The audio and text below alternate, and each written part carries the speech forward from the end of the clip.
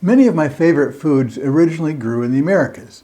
Corn, potatoes, chocolate, vanilla, and cranberries, to name a few. My favorite cranberry recipe is simple. Drop one whole unpeeled orange and a bag of cranberries and a couple of handfuls of walnut or pecan meats into a blender. Chop it all up and pour it into a bowl. Add sugar to taste if you need to. I love it, but no one else in the family likes the orange peels, so you can skip them if you want to. A few other variations to the recipe include not adding the nut meats, but instead adding blueberries, strawberries, raspberries, or blackberries, and maybe those little small oranges.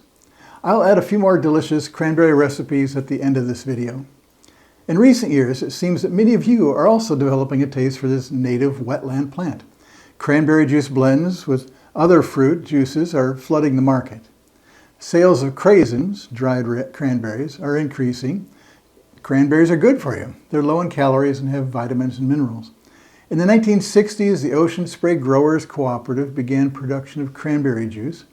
Now there are like 20 flavors of cranberry cocktails with other fruit juices. Only 5% of the harvest is used for fresh fruit. The rest is made into sauces, juices, and craisins. If you want the benefits of cranberries, you have to read the cocktail juice labels carefully. Sometimes it says cranberry on the front, but the bottle is mostly apple, pear, or grape juice.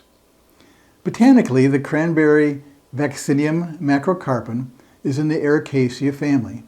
The Vaccinium genus has over 130 species, including another favorite North American native, the blueberry.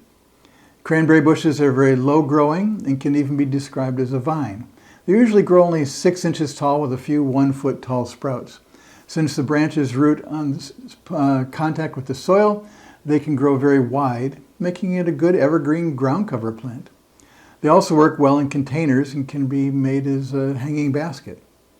In the wild, cranberries grow in the full sun sphagnum peat bog. They will tolerate half sun sites, and in the winter they can be left flooded for a while, but not in the summer.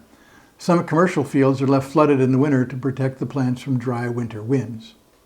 More than 100 varieties have been selected from the wild, mostly for more and larger fruit.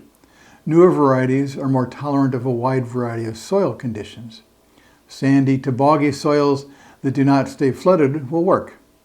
The pH should be really acidic, from 4 to 6.5.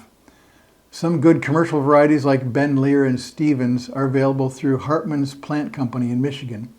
Their website is hartmansplantcompany.com. The tiny evergreen leaves are less than an inch long and only about 1/8 of an inch wide.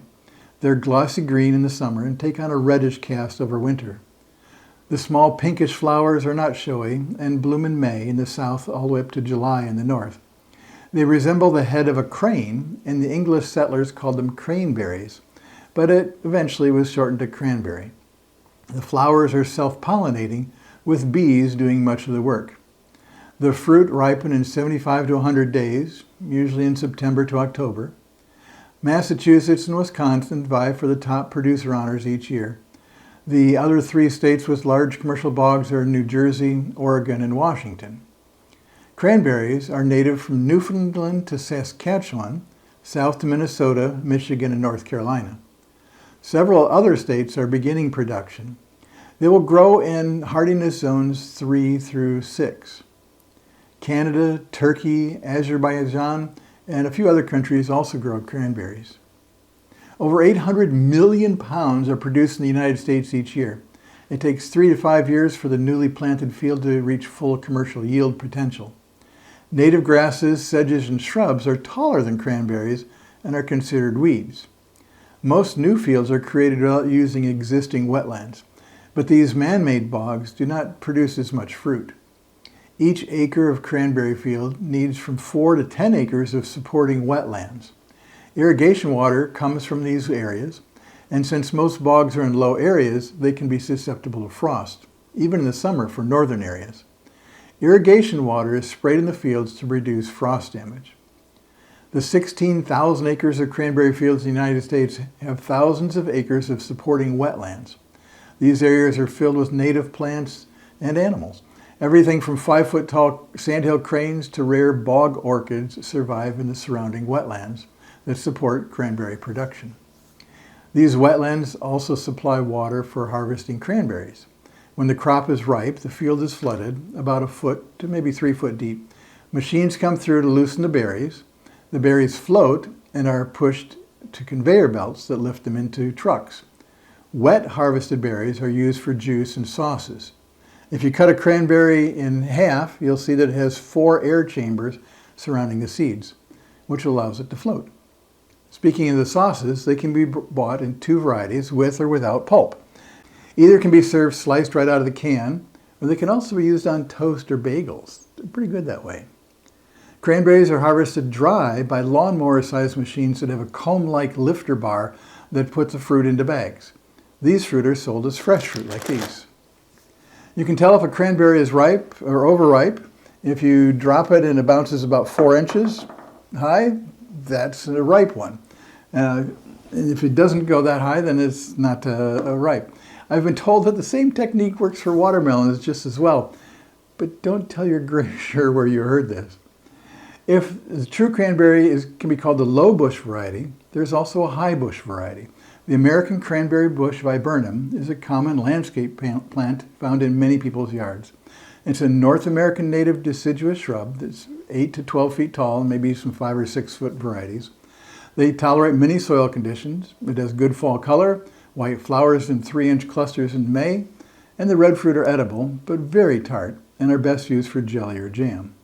The varieties Andrews, Haas, and Wentworth have been selected for better fruiting. I said at the beginning that I would have more recipes. I've made the pumpkin cranberry muffin recipe shown on the screen using real pumpkin, not canned, and it was very good. The mix is a little stiff, and if you put it in muffin cups and it's too stiff, just add a little bit of cranberry juice. The muffins won't be so dry. I don't cook the cranberries when I make the cranberry relish recipe shown on the screen. When I use a blender to chop the cranberries and other berries, I prefer that they're frozen. They chop up without creating a mess from the juice. Do you know that you can make salsa from cranberries? Here's the recipe. Here's a recipe for cranberry salad dressing. And here's a recipe for cranberry chicken that can be used on leftover turkey meat from your Thanksgiving dinner. Cranberries of all kinds are not just for Thanksgiving dinner anymore. Now you can use them for ground cover, wildlife attraction, and for screening off bad views of the neighbor's yard.